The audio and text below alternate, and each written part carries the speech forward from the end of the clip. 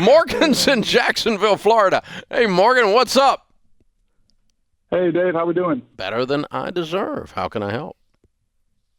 Awesome, Dave. First of all, let me just say thanks for taking the call. A long-time listener. I grew up, my dad listened to you ever before I could even understand what finances were. So well, I'm glad I honored. got to finally get in. Thanks. A financial peace baby. Yes, sir. Yes, sir. And I'm about 24 years old, Dave. I'm debt-free, never had a credit card or a car payment. I bought my own used car a couple years back, and I'm currently renting a one-bedroom apartment with my girlfriend. My girlfriend and I are pretty serious, and I've actually fully funded a savings fund for an engagement ring that I plan on purchasing in the next few months and popping the question probably later this year. My dad's very traditional, similar to you in the sense of he doesn't even like that her and I live together right now before being married, and certainly doesn't think that merging finances before marriage is a good idea. But I'm curious because she is in the process of pursuing a master's degree, and with that is taking out some student loans to do so. And so I'm wondering if it would be beneficial for me to, once we do get engaged, start paying off her student loans as a fiance and not a husband prior to, actually combining our finances when we get married, because then, I'd be able to save money on the loans. Oh, man, Dave. Man, here's the thing, Morgan. I agree with your dad. I'm traditional like your father, and I don't have any kids. So, but I think you already know that, so we don't have to go there. Here's my suggestion.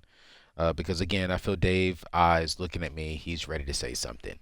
I'm just watching you. I'm watching you do your thing. You get so nervous. No, I'm just playing. Here's the thing, man. I would not combine. Here's what I would do, because I hear it in your heart that you love your young lady and that you really want to help her out. And I'll put my business out there. Right when I joined the team here, Dave knows this, I was engaged to an amazing woman. And we had some goals. But what I did not do, I did not combine our finances. I actually had a savings account that I was parking all the money on. So when we did get married, I would just cut the check and say, here, babe, let's go take care of this, of something that she had. So I would recommend that same thing for you because, Morgan, I'm single today. And unfortunately, that engagement didn't work out. And I pray that your engagement works out. I pray that you all do get married. But I would not combine the finances of you and your girlfriend today. If you have a heart for that because you are saved, you are single, I would just go ahead and put the money in a separate savings account. And then when y'all get married, then go ahead and combine the check. That's my suggestion for you. So that way you're protected on both sides. If something doesn't go well, cool, you still have the money. If something does go well and everything goes down the way you want it, I think that's a great impression on your wife. Key word there was wife. Awesome. Yeah, Thank you for the advice. Yeah, and that's aside from traditional. That's more just practical and legal than it is spiritual or moral.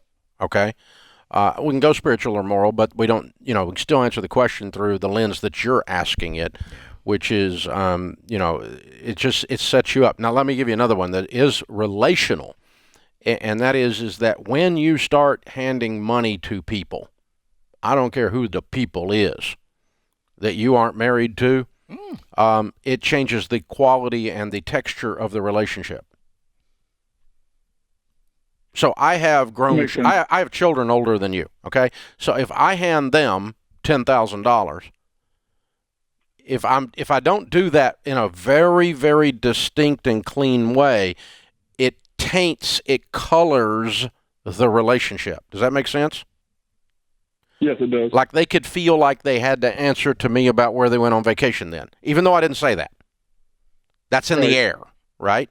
And so it could negatively impact the quality of your engagement if you go ahead and transfer funds from a relational standpoint. And that's apart from the moral or the traditional or the spiritual element that your dad and I would be concerned about, which is another different discussion. It's the same issue, but different discussions around it. So the practical aspect, and I've seen things worse than what happened with Anthony. Here's a really weird one. Like people go buy houses together and they're not married, and one of them dies in a car wreck.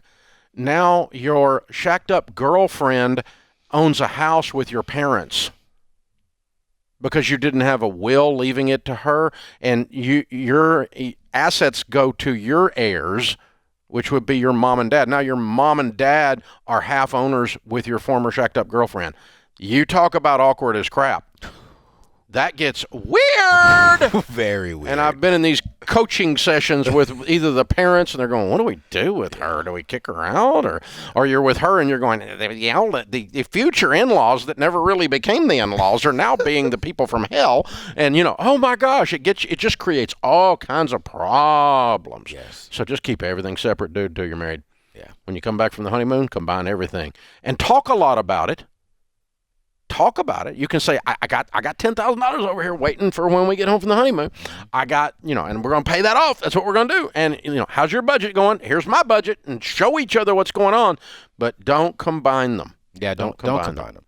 And it's going to be a little difficult because you guys are living together.